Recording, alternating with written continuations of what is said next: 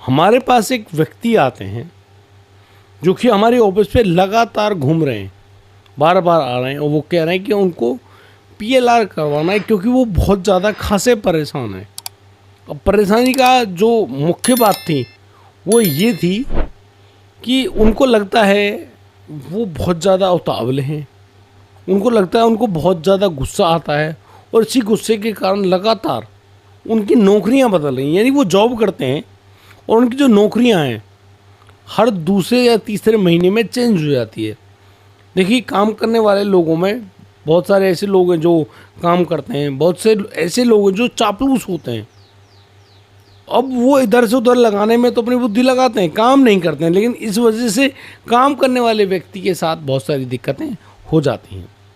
कुछ इसी तरह की दिक्कत लेकर जब ये भैया हमारे पास आए तो इन्होंने कहा कि हम गुरुजी अपना पीएलआर सेशन कराना चाहते हैं, हम जानना चाहते हैं कि कुछ ऊट पटांग या फिर कोई गलत बात तो नहीं हो रही उनके साथ। तो पहले तो हमारा शेड्यूल देखा गया, शेड्यूल के बाद फिर जब उनका नंबर आया तो उनसे कहा कि भैया करते हैं, शुरुआत करते हैं। शायद शुरुआत करने में हमें कुछ टाइम लगे, उसके बाद हम आपको अगले सेशन के बारे में, या फिर ना लगे वो चीज़ सॉल्व हो जाए तभी हम बता पाएंगे। तो दोस्तों, वो हमारी इन बातों पर एग्री हुए और हमने उनका पीएलआर सेशन करने के लिए रात के करीब 11 बजे उनको बुलाया। अब रात के 11 बजे के करीब वो अपनी पत्नी को लेकर हमारे ऑफिस आए। बड़ी तसल्ली से वो बैठे। वहाँ पर जब उनको गहरी निद्रा में उतार दिया गया, कैमरे भी हैं, वॉइस रिकॉर्डिंग के लिए भी मशीन लगी हुई हैं। अब यहाँ पर उनका पीएलआर सेशन शुरू किया जाता है। उनको गहरी निद्रा में उतारने की कोशिश की जा रही है, लेकिन बार बार वो डर जाते हैं, चौंक जाते हैं, और तो और वो रोने लगते हैं।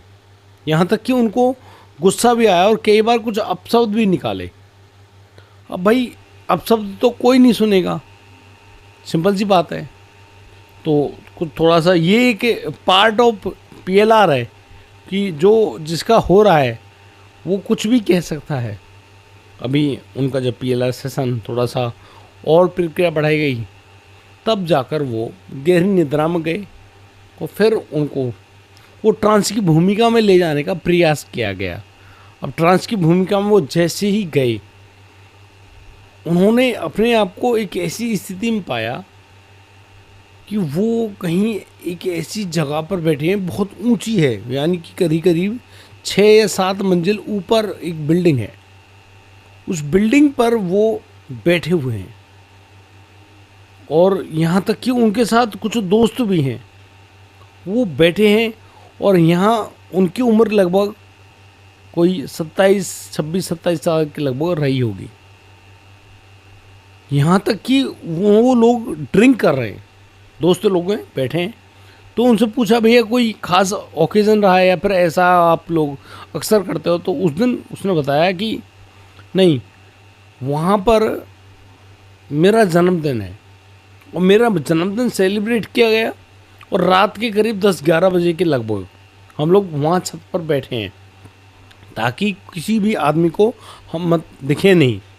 भाई, हम कर तो गलत रहे, लेकिन छुपने की जगह भी चाहिए, और वही छुपने की जगह उन्होंने छत पे ढूंढ ली। तो छत पे बैठ के वो लोग अपना ड्रिंक वगैरह कर रहे हैं। तभी उसको कुछ ऐसा ख्याल आता है कि वो खड़ा होता है, उसके हाथ में गिलास तो है, दूसरे हाथ में कुछ चीज़, पैकेट वगैरह कुछ पकड़ी हुई है, और अचानक से वही जो शख्स है वो उस जो मुड़ेली होती है ना, 4 दीवारी जो छत की होती है, उसके ऊपर चढ़ जाता है, और वो दोस्तों से कुछ बोलने वाला होता है। अचानक से वह नीचे गिरता है, पीछे की तरफ, और पीछे तो भाई नीचा ही है। 6 मंजिल से वो शख्स नीचे गिरता है, और गिरते ही उसके जीवन के प्राण पखेरु सब उड़ जाते हैं। और इतना सब होने के बाद वो जो उसकी रूह है उस बॉडी से निकलती तो है, लेकिन उस बॉडी के आसपास घूम रही है और वहाँ पर कोई नहीं आ रहा है। बड़ी गजब की कहानी हुई। वो रूह वहाँ पर देख रही है। अब इन सारी बातों को बताने वाले जो भैया हैं, इनका नाम मैं आपको बता रहा हूँ, ये तो बदले हुए नाम है, एक्चुअल नाम तो नहीं बता सकते हम। उनका नाम जितेंद्र है। जितेंद्र बताते हैं कि ये जो शख्स है जो छत से गिरा है, इसका नाम है राजेश। राजेश नाम का वो शख्स छत से गिर जाता है। उसके सभी दोस्त ऊपर छत से नीचे भाग जाते हैं और चुपचाप अपने घर निकल जाते हैं। यहाँ तक कि कोई यही नहीं बताता है कि वो जो राकेश है, वो जो राजेश है, वो छत से गिर गया है, उसकी जान चली गई है। अब जब काफ़ी लंबे समय तक जब राजेश घर नहीं लौटता है तो रात के 2 बजे के करीब उसके पिता जागते हैं। वो अपने बेटे को ढूंढने के लिए छत पर आते हैं और छत पर आकर देखते हैं वहाँ पर बोतल्स वगैरह कुछ पड़ी हुई हैं और फिर वो इधर उधर झांकते हैं। तब जाकर उनको ऊपर से नीचे की तरफ कुछ रोशनी में दिखाई पड़ता है कि एक बॉडी नीचे पड़ी हुई है। वो वाकई में घबरा गए, नीचे भागते हैं और बस उस बॉडी को देखते हैं। वहाँ पर वो बॉडी पड़ी हुई थी राजेश की, और राजेश की बॉडी को अपनी गोद में लेकर वो पिता रोते हैं। और फिर ये खबर पूरी सोसाइटी में फैल जाती है। सोसाइटी के लोग आते हैं, उस बॉडी को दूसरे सुबह जो देह संस्कार जो भी होता है, उनका दाह संस्कार वो सब किया जाता है। लेकिन वो जो रूह है, वो रूह वहाँ पर नहीं है। दरअसल उस रात उस सोसाइटी में कुछ लोग आए थे 2 बजे से पहले। उन लोगों ने उस राजेश की जो रूह थी उसको अपने साथ लिया और उसको अपने साथ लेकर गए। ये कोई और नहीं, एक ऐसे तांत्रिक हैं, एक ऐसे बाबा हैं जिन्होंने उस रूह को अपने कब्जे में ले लिया है। कब्जे में लेने के बाद वो उनको अपने साथ ले गए और तांत्रिक ने अपने पास रखकर उस रूह को, यानी कि जो सूक्ष्म शरीर को प्रताड़ना देना शुरू कर दिया। प्रताड़ना मतलब उसको पीटना शुरू कर दिया। अब आप सोच रहे होंगे कि हमारी तरह जैसे थप्पड़ वगैरह मार देते हैं या घूंसे मार देते हैं, ऐसे पिटाई नहीं होती है। उनकी पिटाई मंत्रों से होती है। अब यहाँ पर वो जो राजेश है, राजेश को एक रोज़ आदेश मिलता है कि तेरे पास एक काम मिला है। वो ये है कि तुझे इस जितेंद्र को परेशान करना है। अब ये जितेंद्र परेशान क्यों करना है, ये बड़ा मोटा मतलब कि एक ऐसी कहानी है जो वाकई में आपको हैरान कर देगी।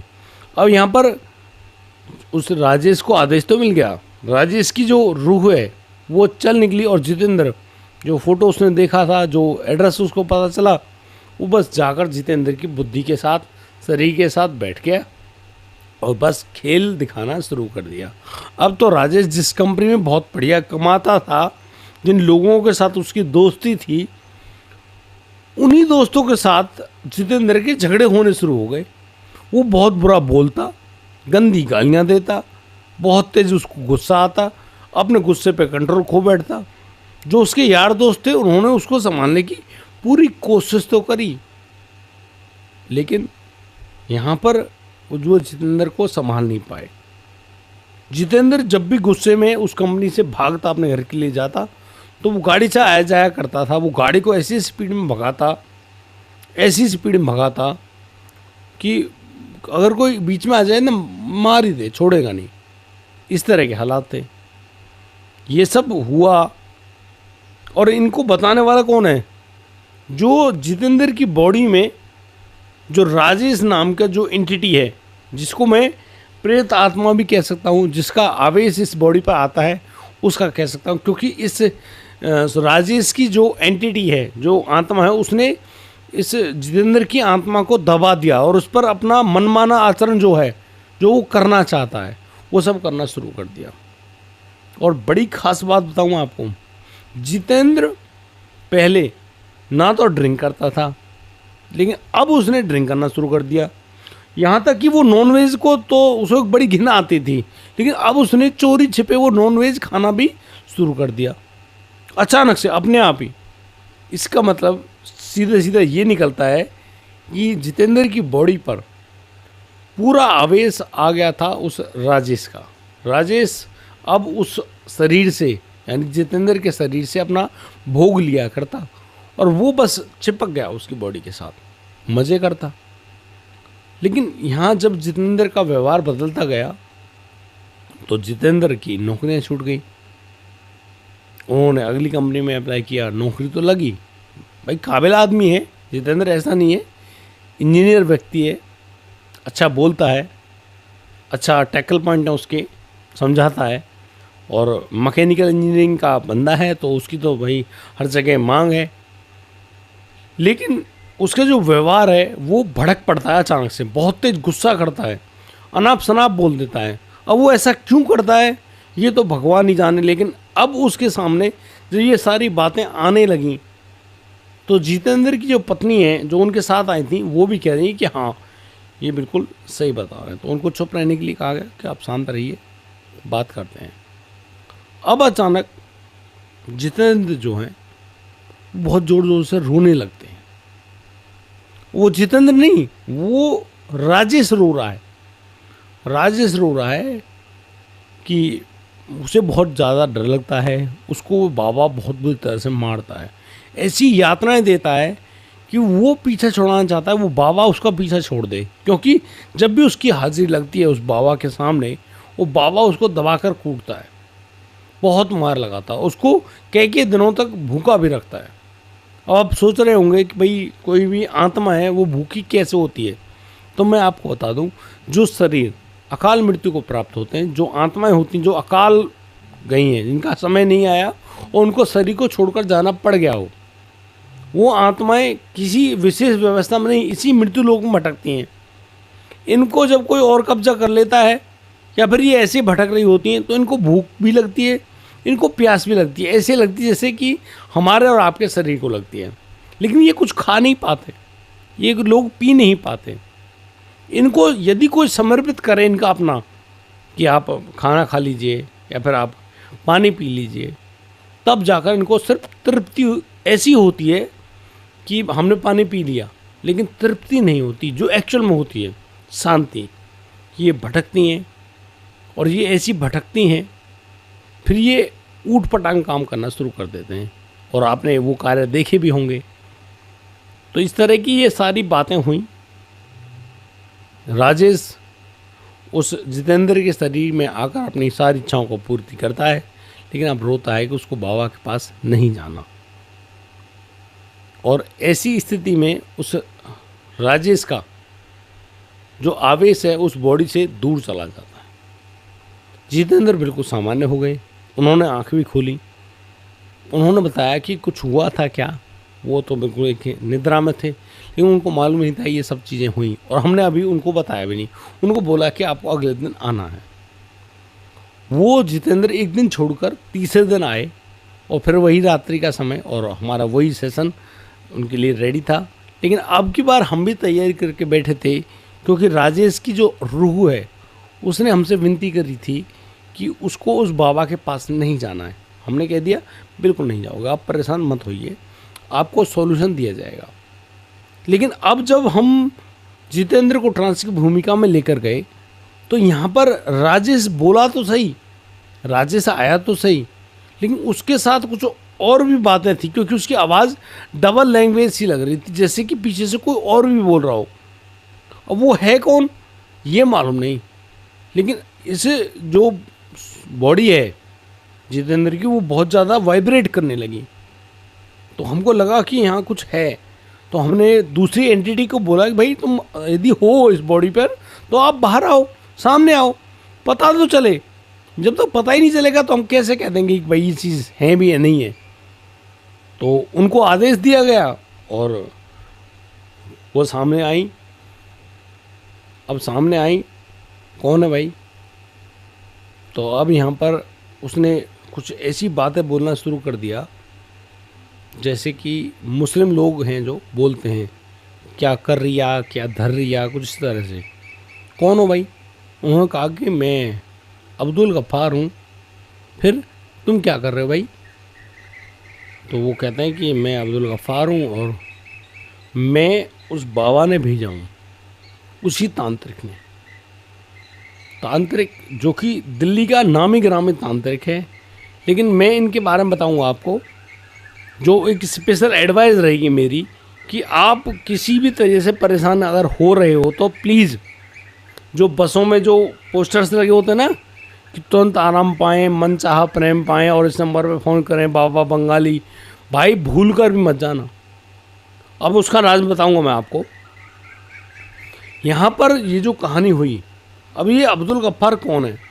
एज 30 ईयर है कौन? अब जाकर मालूम चल रहा है कि अब्दुल गफ्फार जो कि बिहार का रहने वाला बंदा तो है, लेकिन वो जितेंद्र का दोस्त था। अब दोस्त था, दोस्त नहीं है, क्यों नहीं है, ये बड़ी अहम जानकारी है। अब्दुल गफ्फार कौन है?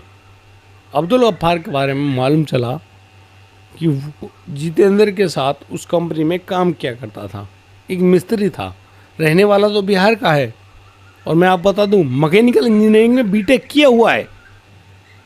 लेकिन ये जितेंद्र के साथ काम तो करता है, लेकिन जितेंद्र जिस तरीके से काम करता है उसका वो व्यवहार बहुत गजब का है। जितेंद्र व्यवहार के दम पे अच्छे प्रमोशन पाता है, उनका सुपरवाइजर बन जाता है और वो सिर्फ कर्मचारी बने रहते हैं। और यहाँ पर बड़ी खास बात ये है, जितेंद्र के साथ अब्दुल गफ्फार गाड़ी में बैठकर रोज़ाना आता है और वो छोड़कर जाता है। और इसी गुस्से में जब जितेंद्र को प्रमोशंस मिलने लगे थे, वो एक दिन ऐसे ही एक बंगाली जो बाबा होते हैं उनके पास जाता है और उनसे कहता है कि उनको एक उनका साथ काम करने वाला है, उससे बदला लेना है और आपसे वो आप जो पैसा मांगे देंगे और आप उसको बर्बाद कर दो। और भाई बंगाली बाबा ने पहले तो राजेश जो आत्मा थी, जो वो लड़का छत से नीचे गिरा था, उसकी रूह को पकड़ा, उसको छोड़ दिया जितेंद्र के ऊपर। अब जो जितेंद्र है वो बड़ा परेशान रहने लगा, उसका झगड़ा हुआ, उसने नौकरी छोड़ दी और तब से जितेंद्र इतना परेशान है कि वो नई नई नौकरियां तो पकड़ता है, प्रोफाइल बड़ा अच्छा है, अच्छी अच्छी जानकारी है, जिस कंपनी में जाता है कंपनी मना ही नहीं करती है, लेकिन व्यवहार गुस्सा इतना ज़्यादा बुरा है कि भाई परेशान हो जाते हैं। लेकिन यहाँ इस लड़के अब्दुल को ऐसा लगता है यार, मतलब जो उसमें सेल्फ रियलाइजेशन होती है, उसको लगता है कि तूने जितेंद्र जैसे दोस्त को खोकर बहुत बुरा किया है। वो एक रोज़ उस बंगाली बाबा के पास जाता है, उससे कहता है कि यार मैंने जिसको बर्बाद करने के लिए आपको कहा था, आप उसको बर्बाद मत करो, अगर आप उसको बर्बाद कर दोगे तो फिर ठीक नहीं होगा। तो बंगाली बाबा ने कहा कि देख, ये करना बड़ा आसान है लेकिन रोकना बहुत मुश्किल। अब तू मुझे 35,000 रुपये ला कर दे, तू इतने पैसे देगा तो ही मैं उसको रोक सकता हूँ, वरना वो जितेंद्र को बर्बाद करके ही छोड़ेगा, क्योंकि मैंने अपने बंदे उस पर छोड़ दिए हैं। अब जो अब्दुल है उसकी उससे बहस होती है। तो यहाँ तांत्रिक कहता है देख, अभी तो कहानी शुरू हुई थी उस लड़के की जिसका नाम तूने बताया था जितेंद्र, लेकिन अब कहानी शुरू होगी तेरी। इतनी बात सुनने के बाद अब्दुल तो वहाँ से आ जाता, कहता है ठीक है करता हूँ पैसों का इंतजाम। अब जो अब्दुल गफ्फार है इसकी नौकरी छूट जाती है, इसको मना कर दिया जाता है, नौकरी छूट गई, अब पैसे कहाँ से लाए? भाई नौकरी होती तो कुछ पैसे देकर आता, अब पैसे कहाँ से आए? अब्दुल गफ्फार इतना ज़्यादा परेशान हो गया, ना तो उसको नौकरी मिली ना ही उसका कोई काम चला, ऊपर से अब वो दिन रोज़ परेशान रहने लगा। और एक रोज़ अब्दुल गफ्फार इतना ज़्यादा दुखी हुआ, उसने अपने कमरे में खुद को पंखे से लटका दिया और फलस्वरूप बस उसकी जान चली गई। इन सारी बातों को कहने वाला अब्दुल गफ्फार, जो उसकी रूह थी जितेंद्र के शरीर में, वो रो रही है। हमने उनसे बड़े कहा यार तुम ऐसे दोस्त हो, अपने ही दोस्त का बुरा चाहते हो। अरे नहीं, ये बात तो गलत है यार। दोस्त किसे कहते हैं? जो अपने दोस्त को बचा कर रखे, जो अपने दोस्त की मदद में हमेशा खड़ा रहे, जो अपने दोस्त को गलत मार्गों में जाने से रोके। असली दोस्त की परिभाषा तो ये है। लेकिन तुम तो उनको एक उसके ऊपर आत्मा छुड़वा रहे हो, भूत प्रेत, उससे बदला ही नहीं। क्या बुरा किया था उसने भाई? तुम उसकी कामयाबी से जल रहे थे, लेकिन यार उस आदमी का भलाई देखो ना, तुम्हें अपने साथ लेकर आता है, गाड़ी में बिठाकर लेकर जाता है, तुम्हारा बुरा क्या कर रहा है, तुमसे पैसे क्या ले रहा है? तो अब्दुल गफ्फार ने कहा कि नहीं ऐसा कुछ नहीं है, वाकई में वो उसकी भूल थी, वो जलस में था, बहुत ज़्यादा जल रहा था कि उसको कामयाबी क्यों नहीं मिल रही है, उसको प्रमोशन क्यों नहीं मिल रहे हैं, बस इस तरह की कहानी थी। अब उनसे कहा गया कि भाई अब हम आपसे ये बात कह रहे हैं कि देखो, अभी जो प्रताड़ना शुरू हो हमारी तरफ से आप लोगों के लिए, उससे पहले मैं निवेदन करना चाहूँगा कि इस जितेंद्र के शरीर को छोड़कर आप चले जाओ। जितेंद्र का शरीर बुरी तरह से कांप रहा है, वो रो रहा है। और वो क्या, उसके अंदर वो जो आत्माएं हैं दोनों, राजेश और अब्दुल, बहुत बुरी तरह से रो रहे हैं। वो कह रहे हैं कि कुछ भी हो जाए, आप जो मर्जी कहीं भेज दो, बोतल बंद कर दो, कहीं भी डाल दो, लेकिन वो उस बाबा के पास नहीं जाएंगे। वो बाबा बहुत गलत मारपीट करता है, बहुत सताता है, बहुत दुखी करता है। और दोनों ने कहा है, तो उनसे कहा कि ठीक है, अब अगर आपको ये लगता है कि हम आपका भला कर सकते हैं तो आप थोड़ा सा समय हमें दें ताकि हम आपका इंतजाम करें। और हमने अपने परम पूज्य गुरुदेव को याद किया, उनकी साधना के मुताबिक जो प्रक्रियाएं होती हैं वो प्रक्रियाएं की। फिर उन दोनों रूह को आदेश दिया कि आप यहाँ पर शांति से विराजिए, आपको दोबारा उस बाबा के पास नहीं जाना है, चाहे कितना ही आदेश आए। अब आप मुक्त हो, आप भगवान के पास जाएंगे, भगवान से जैसा भी आपको आदेश मिले, प्रताड़ना मिले भगवान की तरफ से, वो सब आप भुगतेंगे। आपको दोबारा से जन्म मिलेगा, शरीर कोई भी मिल सकता है, लेकिन आप अब उस बाबा से आज़ाद हो। अपनी की गई प्रक्रिया के मुताबिक उनको सुरक्षित एक जगह रख दिया गया। लेकिन अब जो जितेंद्र है, जितेंद्र को जब उनकी ट्रांस की भूमिका से बाहर निकाला गया, जितेंद्र बैठे, उन्होंने पानी पिया, तसल्ली से उन्होंने बैठकर अब उनसे पूछा गया कि जितेंद्र, अब आप अपने आप को कैसा महसूस कर रहे हो? तो जितेंद्र ने जितने गजब के बयान दिए, वो बहुत मतलब कि हमको लगता है कि हमारा जो किया गया ये प्रयास था ये सफल हो गया।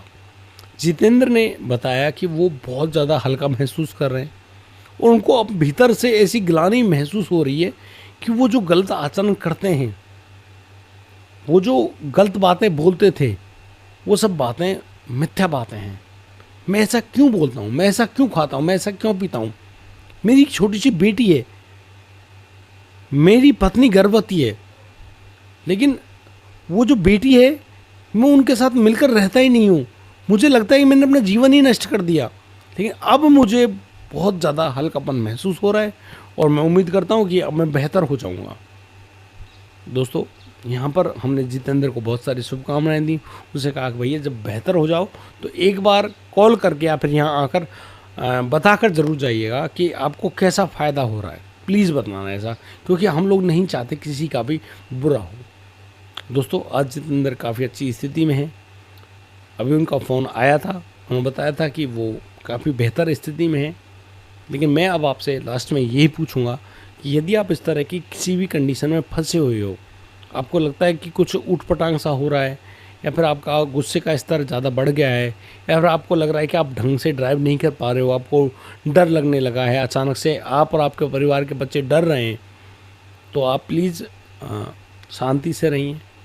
यदि आप उपाय पूछना चाहते हैं तो आप उपाय पूछिए। और हाँ, अपना मोबाइल नंबर नीचे लिखकर ज़रूर दें अपने कमेंट में, हमको बता दें, हम आपके पास कॉल करेंगे, आपसे संपर्क साधेंगे, आपसे बातें करना चाहेंगे। और हो सकता है यदि आपको PLR की ज़रूरत पड़े तो आप लोगों को बुलाएंगे और आप आइएगा और आपका PLR किया जाएगा।